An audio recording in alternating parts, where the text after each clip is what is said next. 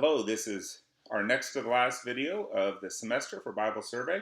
And tonight we're going to be looking at what are often called the general epistles in the New Testament, or the general letters. Epistle just being another word for letter. So the general epistles are any letters that scholars or just even casual readers, because some of them clearly state that they're not written by Paul, but just any letters in the New Testament that are not attributed to Paul.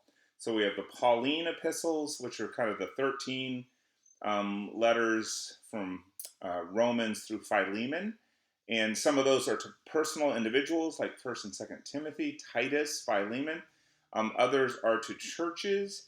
And as we discussed a couple videos ago, some of them are contested. It's not universally accepted that all 13 of those are written by Paul. In fact, some come under pretty serious question or critique. The general epistles are just this collection of letters at the very end of the New Testament that are not attributed to Paul at all. So the first one that we're going to look at this evening is the book of Hebrews. And I think if you recall from a couple of videos ago, there have been some scholars in the past, some periods of time in the past, when some folks attributed Hebrews to the Apostle Paul. But today, very few scholars would maintain that.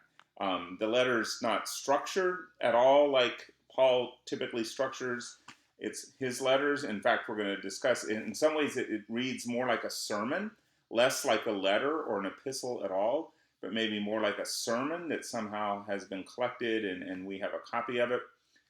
It uses significantly different vocabulary than Paul uses in most of his letters. Even though some of the ideas of Jesus' saving grace, for example, are not, distinctly different than Paul's ideas, there's a number of things that seem to be different about the letter of Hebrews. Then we also have James is the general epistle, 1st and 2nd Peter, 1st and 2nd and 3rd John, and then the book of Jude are kind of these general epistles. We're not going to look at all of those this evening. We're for sure going to look at Hebrews and James. If we have a little bit of time, we'll look at a few things from 1st John, perhaps, but we'll just see how we're doing for time.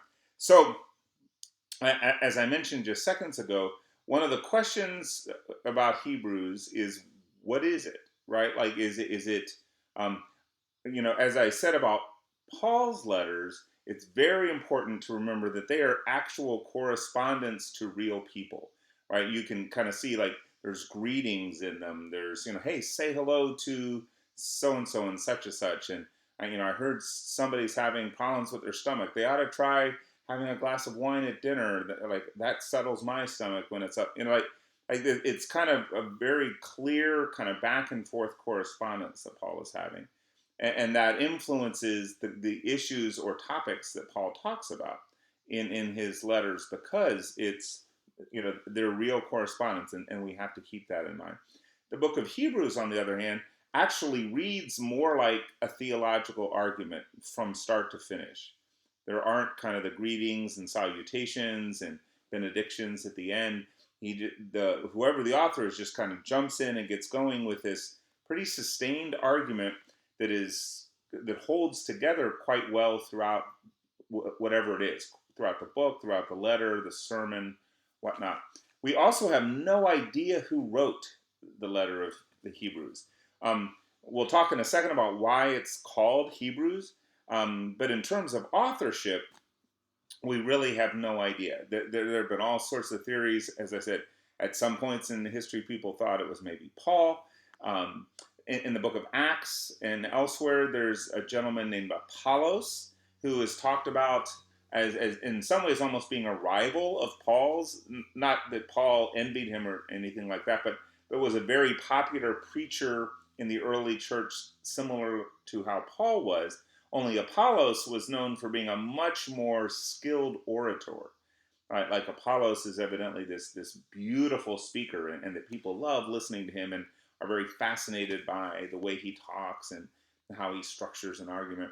And some people think, well, maybe Hebrews is written by Apollos because it's such a beautiful piece of writing. Like the argument it weaves together, excellently from start to finish. It's got some very moving, powerful passages. So perhaps Apollos, but we have no idea, right? Like that's just purely conjecture based on Apollos is known for being a great teacher and excellent speaker, and Hebrews reads like a great sermon, right? So maybe Apollos. There's some folks that conjecture that it was written by a woman named Priscilla.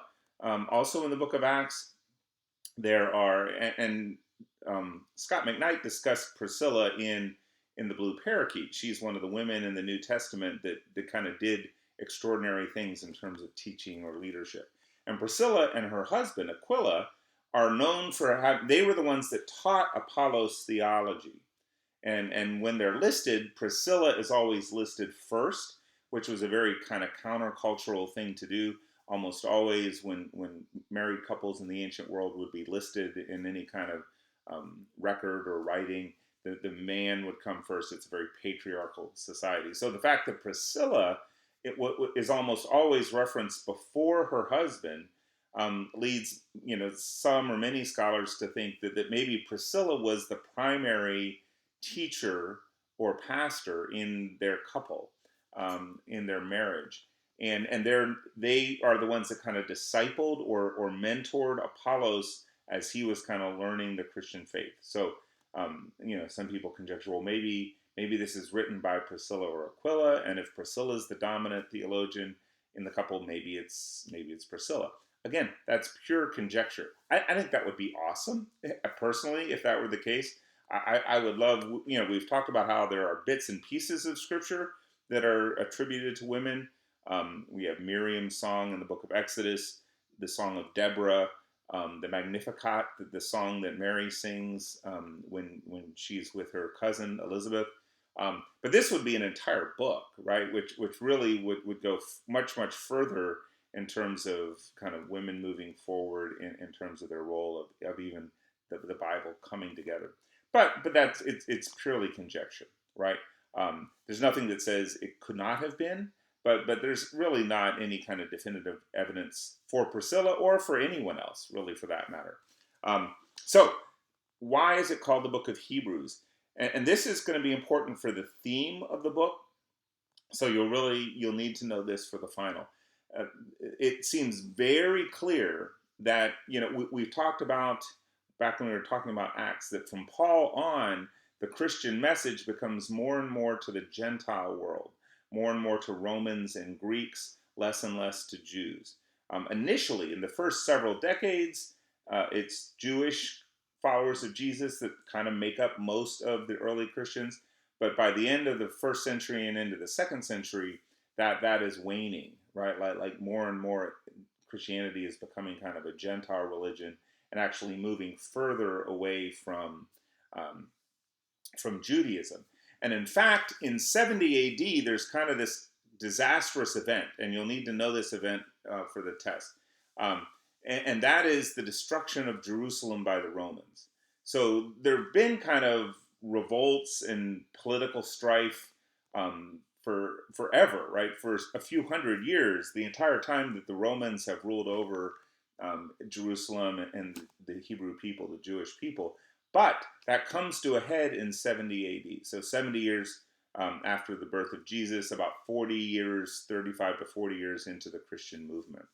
And at this point, there's a revolt in Jerusalem, and the Romans now have had enough. And they burn Jerusalem to the ground. They steal all the wealth that's contained in the temple, all the gold and artifacts. And they kind of drive all the Jews out of Jerusalem and out of Palestine. And it starts what's called the diaspora, or the spreading, the dispersion of Jews all throughout the Roman Empire. That actually turns out to be a great thing for Christianity, in that when Judaism spreads everywhere, when Jews are kind of forced to leave their homeland and spread throughout the Roman Empire, Christians go with them. Like many of these people that are dispersed are Jewish Christians. And so in burning Jerusalem down and kicking everyone out, the Romans actually speed the spread of Christianity around the Roman Empire. But one of the things that happens with that break, So I've mentioned earlier that in the early decades, you could still be kind of connected to Judaism and be a follower of Jesus. Many of the early Christians probably still, if they were Jewish in background, probably still participated in Passover. Maybe went to synagogue with their families in addition to meeting with Christians and things like that. You could still be a part of families. Like you might fight, kind of like if you were a Bernie supporter and a Trump supporter in the same family. Holidays might be awkward and difficult. There might be conflicts, but you would still maybe get together for Thanksgiving, get together for other holidays or whatnot. And in the early decades, that seems to be how Christians interacted with their Jewish family and community members, right? They were at odds with them. They very much disagreed over whether or not Jesus was the Messiah, but they're still, Christians have not been expelled and kicked out of Jewish communities. After 70 AD, however, that changes. So, kind of as the Romans persecute Jews more heavily, as Roman kind of intense persecution of the Hebrew people intensifies, as Jerusalem is destroyed, what seems to happen is that Jews in turn that anger and frustration and persecution onto their Christian relatives, their relatives that follow Jesus. And so after 70 AD, there now seems to be a clear break. And for the first time, you really do begin to have, like, okay, you are one or the other, right? If you're a follower of Jesus, if the movement is beginning to be called Christians, they're not Christians initially. But if you're a follower of Jesus, then you're kind of dead to your Jewish roots, your Jewish community, and you're cut off from them. And that's a really key idea to understanding what's going on in the book of Hebrews, right? So the author here clearly seems to be writing to a group of these Jewish Christians. So people that are clearly, they're not practicing Jews at this point. They're followers of Jesus. They're in the Christian movement. But the book references Jewish things constantly. Ideas from the Old Testament, people from the Old Testament, concepts, traditions, religious practices from the Old Testament. And what seems clear is that these Jewish Christians miss their past, right? And you could imagine that. Like imagine, if, again, like back to the Trump Bernie thing, and I don't know which one you want to choose to be, but the rest of your family is the opposite, right? And so for years, like, okay, yeah, family dinners are tense and get-togethers often end in fights, but they're my family, and at the end of the day, we still kind of love each other, even though we disagree so powerfully over politics and whatnot. But imagine a day where, okay, now that's done, right? Like you either need to tear up your Bernie, bumper sticker off your water bottle, rip that off, and become a Trump. Start wearing that MAGA hat we gave you for Christmas, or vice versa, or you're done. Like you can't be in our family anymore. Like you're no longer invited. We don't want to see you at holidays. We don't want you. We don't want to run into you around town. If we do, we're going to pass you on the street, right? So maybe you're really convinced, like, yeah, I'm a follower of Jesus, or I really care about this political candidate, and so for a while, okay, I'm not gonna give up my convictions, right? Like I believe, feel the burn or make America great, or whichever one it is, like I'm gonna go with that no matter what. I'm gonna follow Jesus. These early Jewish Christians, but over time, you really miss your family. Like it's really difficult to be cut off from everyone everyone you grew up with, everyone you love. Like yes, there's a few other kind of Jewish Christians that you're with, but there's the vast majority of your community, the people you grew up with, your family members, now are dead to you. Like they won't speak to you. You're not welcome in their midst, and you miss religious practices. Like you spent your whole life every spring going to Jerusalem for Passover, going to synagogue every Sabbath, saying the Jewish prayers, reciting the Shema, all those things, and they're kind of deeply woven into you, right? So again, like back to the Trump Bernie thing, it's not just like, oh, I miss my parents, but I miss I miss those meals we used to have. I miss, you know, Saturday afternoons we would all, we'd get a pizza and we'd watch college football or like whatever the traditions in your family are, and those are all gone now. Like you have no access to those. So what seems to be clearly happening in this letter is these Jewish Christians are questioning whether it's worth it, right? They seem to clearly be wondering, like maybe we should just go back to Judaism. Like maybe at the end of the day, um, like all the things we've lost to follow Jesus, maybe it's just too high a cost, right? And so the theme of the book, the author continually brings up things that are beautiful in Judaism. So it is not an attack on Jewish faith, right? The book is not like you should be a Christian because Jews are that's stupid. Judaism was a horrible religion. Like the author says, no, I get it, right? Torah was wonderful. Torah was beautiful. But here's the thing, Jesus is better. You know what you loved about Torah, and then there'll be a discussion of here's what, and we're going to look at that specific example in just a moment. Here's the things you loved about the Old Testament, about the Hebrew Bible. Well, I get it; those are wonderful things. Jesus is those things, only more so, right? I know how you love the priest in the temple, and having a priest who would go before God on our behalf and intercede for you, and how wonderful and moving it was and powerfully connected to God you felt because this priest did this. Well, guess what? Jesus is just like that, only better. Right? So the idea I'm going to want you to know on the final, like if you want to know what is Hebrews about, Jesus is better. And what he's better than is Judaism, right? And not that Judaism is bad. Judaism is excellent, but Jesus takes it and goes the next mile, goes to the finish line, right? And in a real sense, the author's not really arguing that Jesus kind of refutes or dismisses Judaism, but Jesus completes them. Like all the things that were great about our Jewish background, we still have, only we have their completion in Jesus. And all the different individual things, Jesus embodies them in his own person. Okay? So we're not going to look at all of the things. We're going to look at a handful of them, and I want you to know these specifically on the final. There might even be a question, like what are some of the things that the author of Hebrews compares Jesus to, and how? How he compares them is he says Jesus is better. And here's a few of the things. So it jumps immediately into this. So reading from Hebrews 1:1 here. So in the past, God spoke to our ancestors through the prophets at many times and in various ways. Right? So the author is invoking scripture, right? In the past, how did God connect with us? Through the Old Testament prophets, right? So God sent us prophets. Prophets were awesome, and we have their written words in the Bible, right? Starting with Moses, and all the prophets that came after Elijah, Abraham, Hosea, Amos, Jeremiah, on and on, right? Like, yes, God spoke to us through them. In the past, God spoke to our ancestors through the prophets at many times and in various ways. But, and that's the key here, but in these last days, he has spoken to us by his Son, whom he appointed heir of all things, and through whom he made the universe.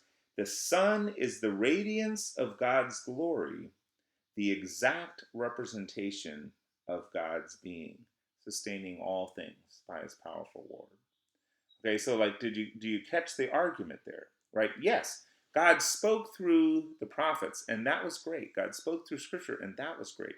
But now we have Jesus, right? And Jesus isn't just an indirect message. Like imagine if, like a family member that you love, or perhaps, like somebody right now in this coronavirus, situation that you can't see, you're not able to be with. Maybe you're in a relationship or a dear relative or a close friend. And yes, you can write them, you can send texts, you could even write an old school letter, you can do this Zoom thing.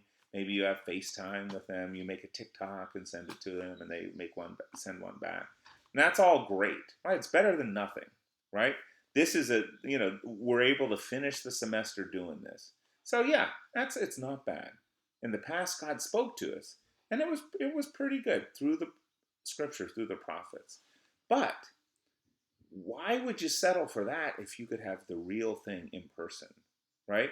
Like, why would you settle for like, yes, we're in love and we have this, we're engaged or whatever your relationship, you're my dear grandmother or whatever. But like, let's just not ever get together. Like this Zoom thing, that's plenty good. Yeah, that's not bad. Texting, Zooming, TikTok. Yeah, let's just do that. Let's just do that, right? And the author is saying, why would you settle for that when you have God Himself, right? And in Jesus, we're not just getting a message, second or third hand from God, right? What does He say? That Jesus is the radiance of God's glory, the exact representation of God's being, right? Why would you settle for like second or third hand stories about things God did once upon a time and God spoke to Moses and then they wrote it down and then it got interpreted and like, yeah, that's better than nothing. But in Jesus, we have the like we're not it's this isn't sort of a communication from God. This is God in the flesh, right? This is God literally here, the exact representation. Do you want to know what God is like? Look at Jesus. You want to know what God thinks or feels? Look at Jesus. You know, you don't have to read stories and infer. We have God in the flesh, right?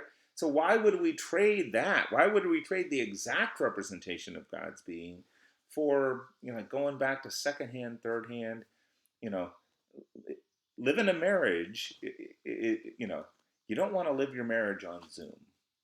People do it. Like they're separated. Somebody's in the armed services, or maybe they're off at a business meeting or a work project, and they're gone for weeks at a time. You can do it. You can maintain a romantic relationship or a marriage or something through Zoom, but that's not the same thing. It's not the same thing as being there, and that's what the author is saying. Like, why would you take this when you could have that? He goes on to he immediately kind of pivots to that, like angels. Like, hey, like part of the beautiful thing in Judaism is God sends angels from time to time, right? That help us.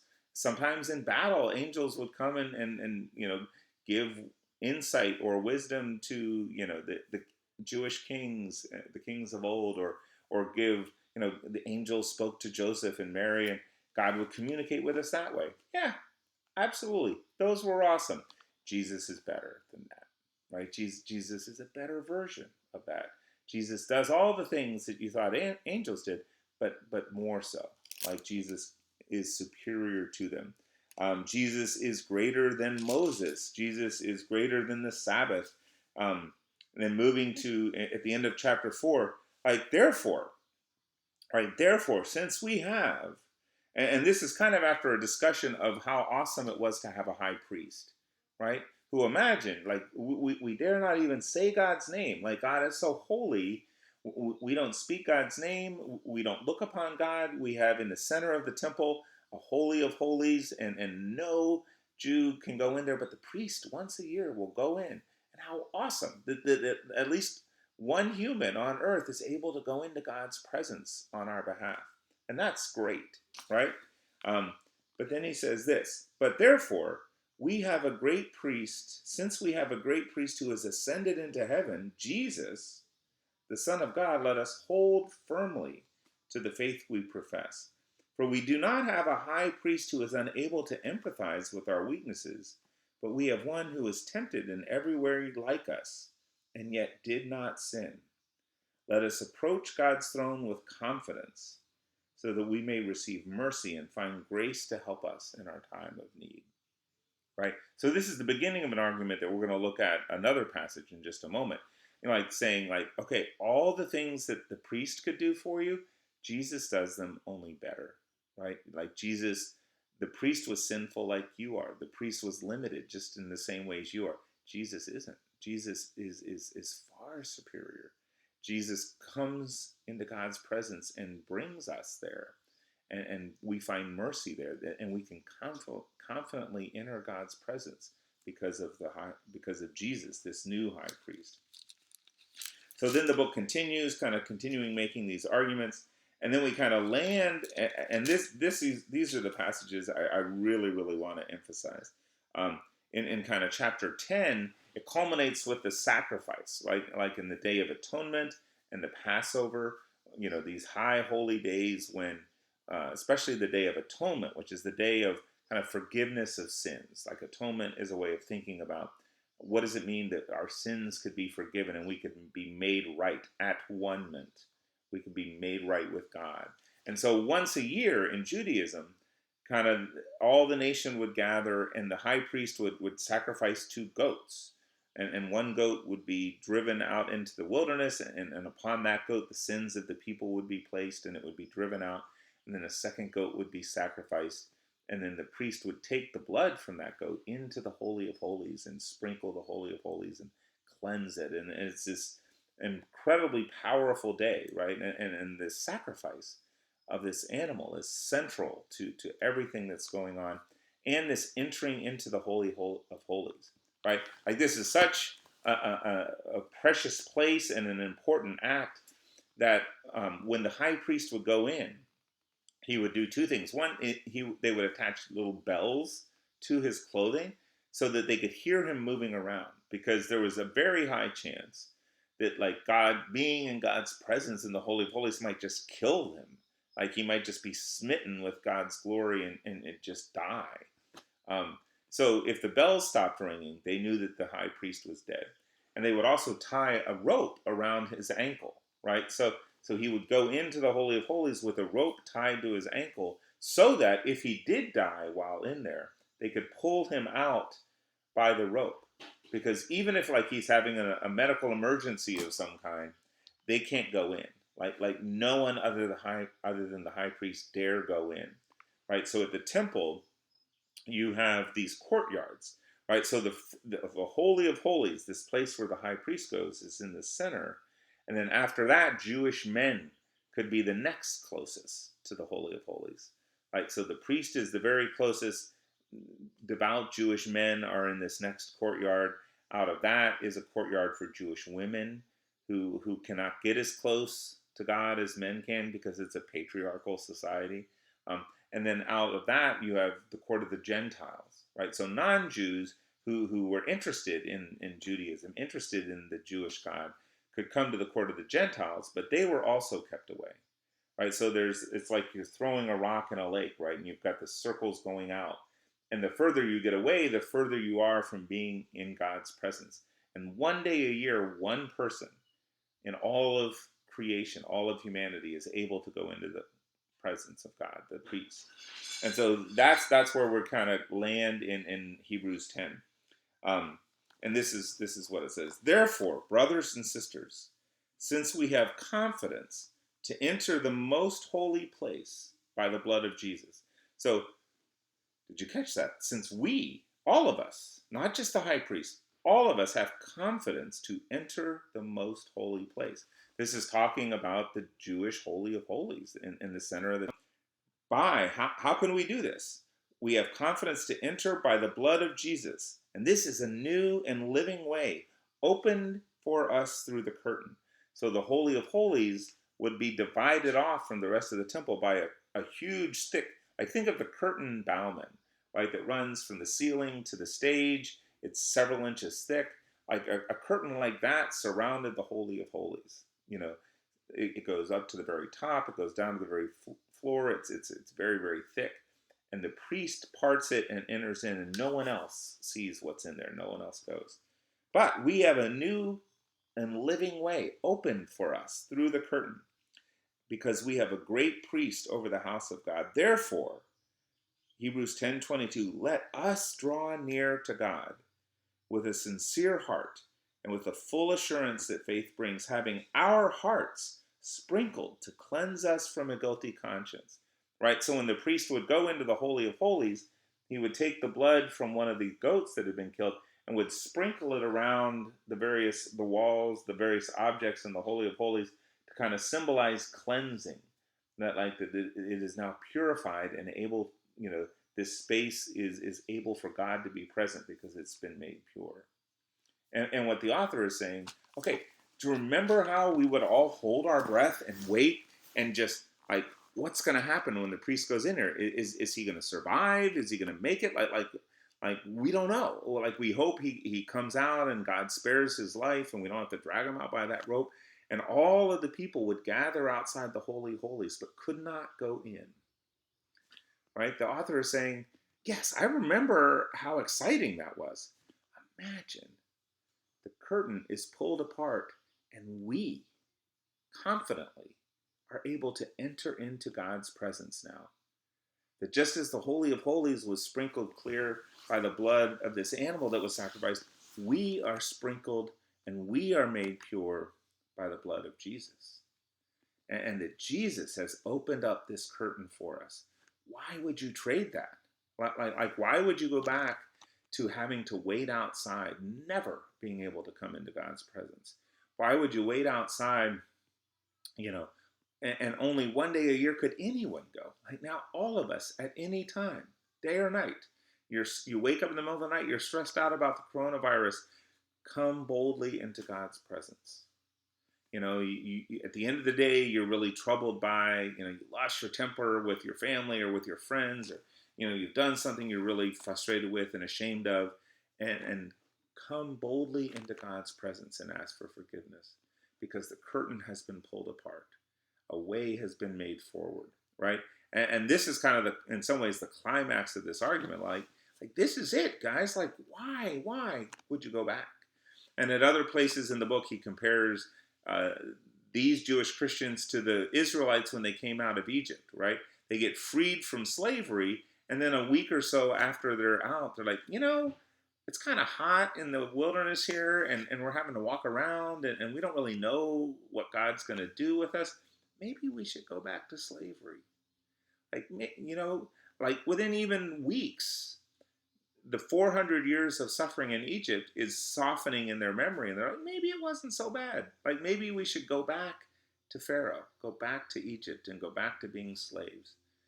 And God, the author is saying, just as that was a horrible, horrible thing for the Hebrew people in the wilderness to consider, you're doing the same thing. Like it would be the equivalent of that if you were to return to Judaism and forsake Jesus, who has done these things for you. And then the last thing I want to talk about out of the book of Hebrews is this section in Hebrews 11 and 12. So kind of just following this, we have this great priest who's opened the curtain. We can now go into God's presence. He goes into this description. He kind of recounts some of the heroes of Judaism, and not to criticize them, right? Like talks about these heroes of the faith. By faith, Abraham did this. By faith, Moses did that. And kind of lists all of these great people of faith in the Jewish story. And God used them, right? Like, remember how God kind of moved the story of salvation forward, the story of the covenant forward through these amazing people, right? And if you're a Jewish Christian, you've grown up with these stories. You know these people. These are like bedtime stories, like oh my gosh, these are the greatest heroes in all of Judaism. And you're kind of, oh man, oh yeah, I remember. And then there's this turn, right? He's building, he's reminding them of all these names that some of them they're very familiar with, maybe some they've forgotten. And then he says, therefore, since we are surrounded by this great cloud of witnesses, right? And that's kind of an odd little Bible-y phrase. Like, what does that mean? Surrounded by a great cloud of witnesses. Like imagine sitting in a stadium, and this is kind of hard to imagine right now, right? Because stadiums are shut down, athletics are not happening. But I used to run track, I used to coach high school track. Like imagine you're in a packed stadium, the Olympics or something, and you're running a relay, right? And the cloud of witnesses is the crowd in the stadium. And what the author is saying, all of these people, Moses, Abraham, David, Ruth, Naomi, like all these great Jewish heroes who had such great faith, they are now sitting in the stands watching, right? They are this cloud of witnesses, like the stars in the sky looking down on us. Imagine us, Lion King, the great lion looking down on Simba or whatever. Imagine this great cloud of witnesses. Let us throw off everything that hinders us and the sin that so easily entangles, and let us run with perseverance the race marked out for us, fixing our eyes on Jesus. Right? So here's the picture. Like imagine you're in the Olympics, and maybe you run track or field day in elementary school. Maybe you've seen there's relay races, right? Like four people running one lap around the track, and then they hand off the baton, and then another lap around, and then the last person is the anchor leg, right? Like so everyone else, and they've fallen exhausted to the infield. That they've run their guts out, and now they've kind of handed off the baton, and then now it's the last runner, and here's the baton handed to you. And essentially, that's what the author of Hebrews is saying. Okay, they have run their race. God has used them, and they were heroes. Abraham did do amazing things by faith. He had faith that God would do amazing things. Noah had faith in God. Moses had faith in God. Ruth, Naomi, like on and on. They had faith in God, and God did great things. And now they've handed the baton to you. Now it's your race. And run your race, fixing your eyes on Jesus. Okay, so I just want to give a really quick metaphor or image of this. Hopefully, maybe I usually kind of say this when we get to Hebrews every semester, but I think maybe in this time of this kind of weird, frightening, stressful time of the coronavirus, this is particularly true and might ring true for you. So when I was in high school, I like I said, I was a runner, and I vividly remember I went to a high school that had a very history in cross-country history. And I remember as a freshman, right, the very first week of cross-country practice, which was in the fall. So this was like a couple weeks before school even started, like preseason two-a-day practices. And we, it was hot. It was Oklahoma. It was really, really hot. And our gym had this lobby, right, where like the concession stand was, and all these trophies and pictures were hung up all over the walls. Like every state championship team, there was a trophy, and then pictures on the wall of state championship athletes and state championship teams. And at the end of the first practice of the season, every year, our cross country coach, and he'd been there for years, would take the freshmen, and I remember him doing this with us, and we would walk around the lobby, and he would stop in front of a picture, and say, yeah, there's the 1974 team.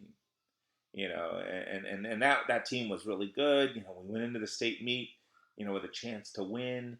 And then Joey Schmaltz broke his ankle the first mile. He stepped in a hole, but he ran on one leg.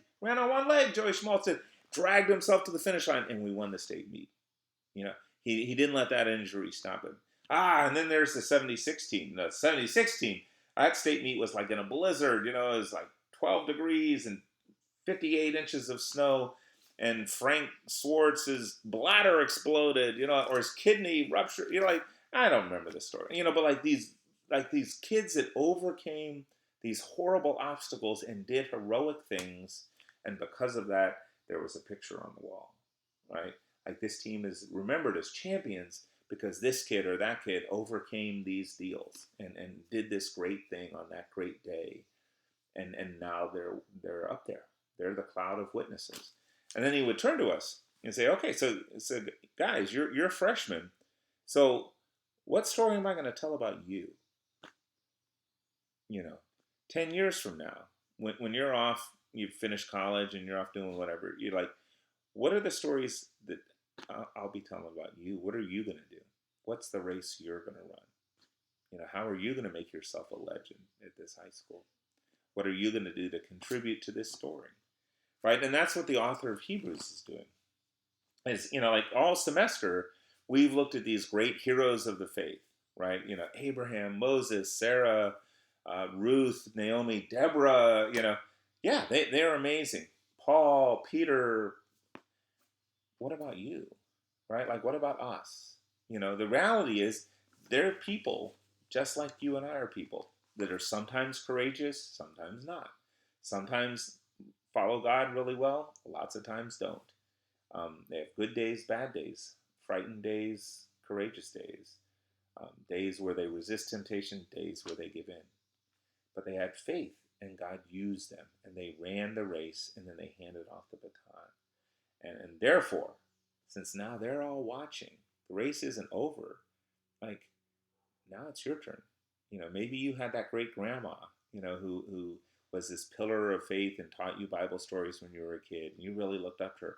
That's great. She's done now.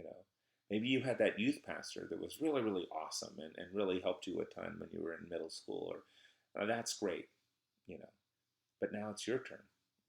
What are you going to do? Like, what's the life you're going to lead? And how are you going to move God's story forward in the world?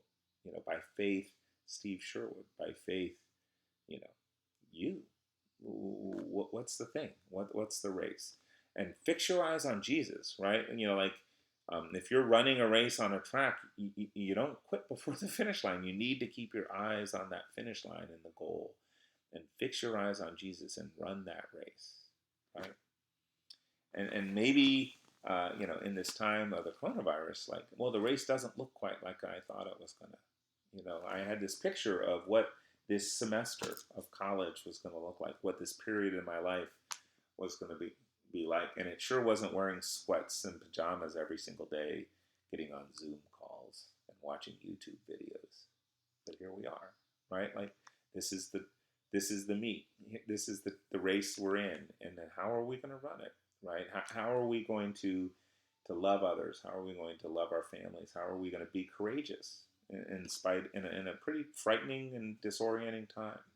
How are we going to do that, right? So, end of sermon. But that's a little bit of stuff from the book of Hebrews. Okay, a few minutes on the book of James. We're definitely not going to have time for 1 John. James, I alluded to earlier, it seems very likely that this book is written perhaps by Jesus' brother. There's kind of church tradition that James, who is the leader of the Jewish church in Jerusalem, we talked about, remember Acts 15, where Paul comes and they want to talk about the whole circumcision question. That James, church tradition tells us, is Jesus' brother. And also, it seems very likely, based on kind of ideas that are in this book, that the leader of the church in Jerusalem is probably the James who writes this book. So this may well be a book of the Bible written by Jesus' brother, which is an interesting thing. It's a beautifully simple book. Like often, kind of when I was a youth pastor, like James is a great book to recommend to young kind of Christians who are like, I want to start reading the Bible, but I get pretty confused by Paul. Like, all that stuff's pretty weird. Like, read the Gospels, read the stories of Jesus, or the book of James is a pretty nice place to start because it's very straightforward, right? It's not very theoretical or kind of, he's not doing fancy theology like Paul is.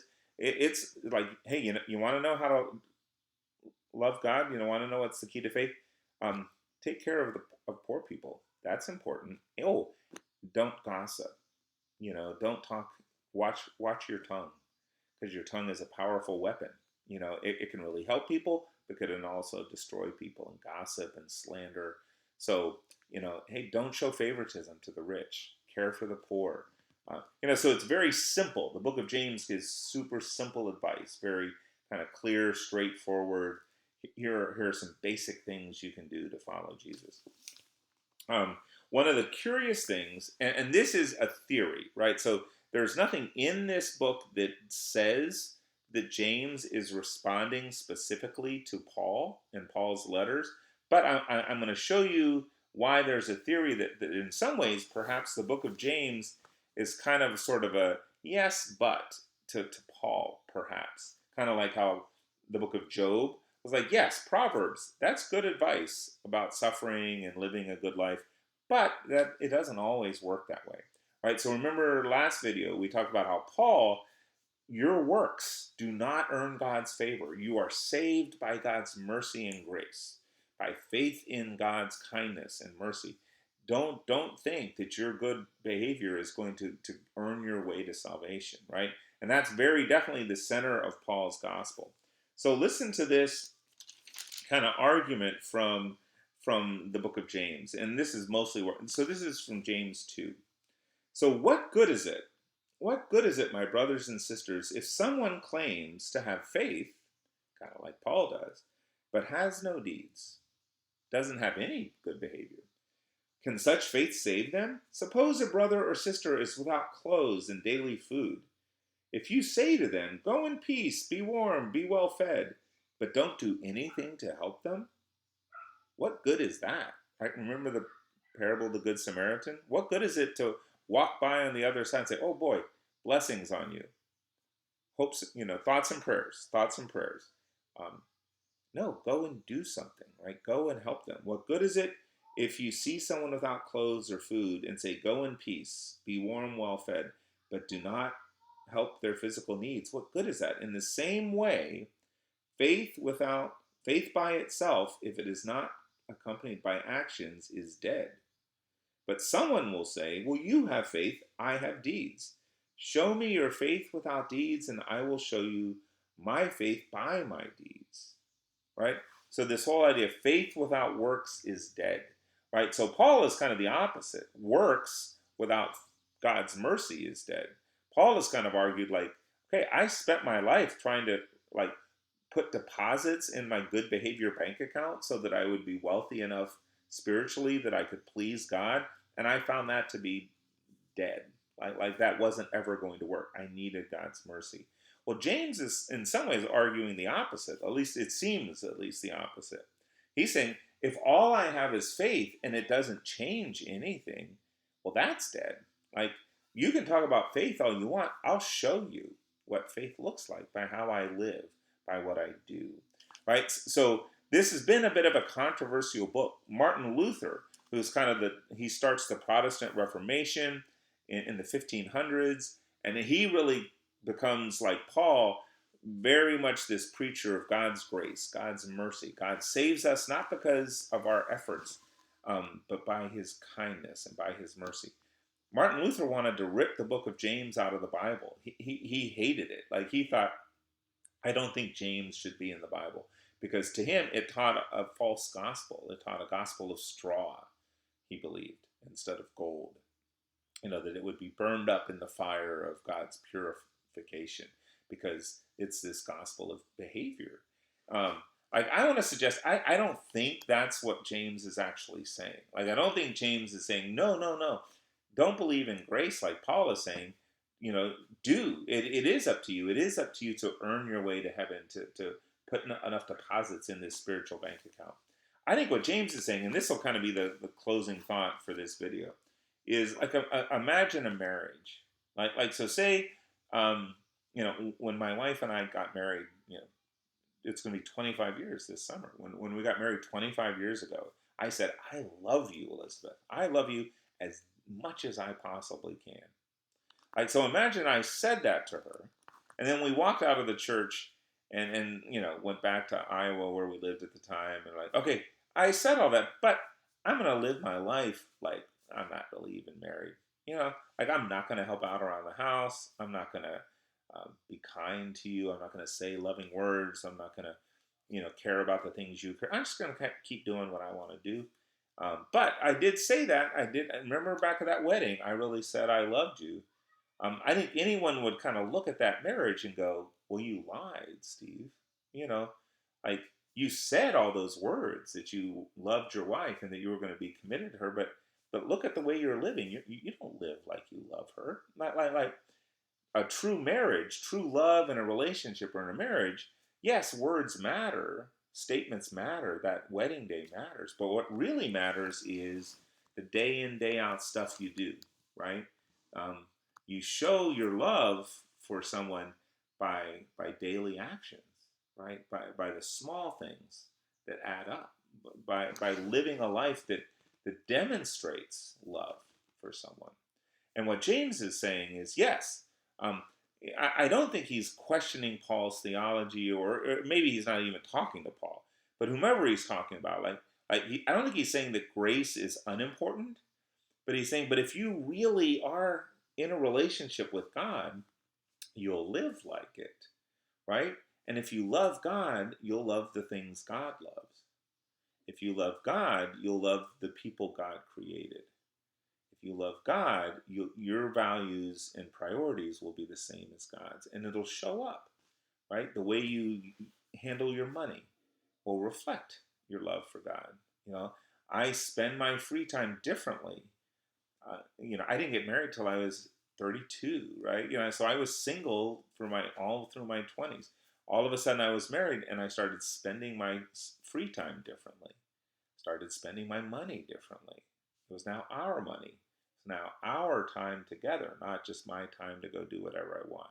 And what James is saying, yes, faith is great, but real faith shows up in a changed life, right? Like, what are the practical, everyday things that you're doing that demonstrate that you're a Christian, that demonstrate that you love God? So it's not just a statement of like, yes, I checked a box. I believe in Jesus. I believe he died on the cross. Awesome. Now live like it. Like how is your day in, day out life? And that's part of the practical stuff of you want to know how to do it. Care for widows and orphans, who in that day were kind of the most vulnerable poor people. Don't gossip so much. Quit fighting with each other all the time, right? If you really have faith, be patient and kind. There's this beautiful passage. Um, the wisdom that comes from heaven, and says James, is first of all purer than peace-loving, considerate, submissive, full of mercy and good fruit. Like, it's not just haughty and arrogant and, oh, I have God, I don't need you. It's like, no, if you want wisdom from heaven, you'll be kind and patient and merciful with your parents, with your family during this corona crisis. You'll do what needs to be done. You'll have the courage to sit at home. You'll have the courage to wear a mask, or to make it through a semester that's weird and awkward like this. All right, well, we're out of time. We'll stop there. We have one more video that'll come later in the week, and then we'll review for the final, and we will be done.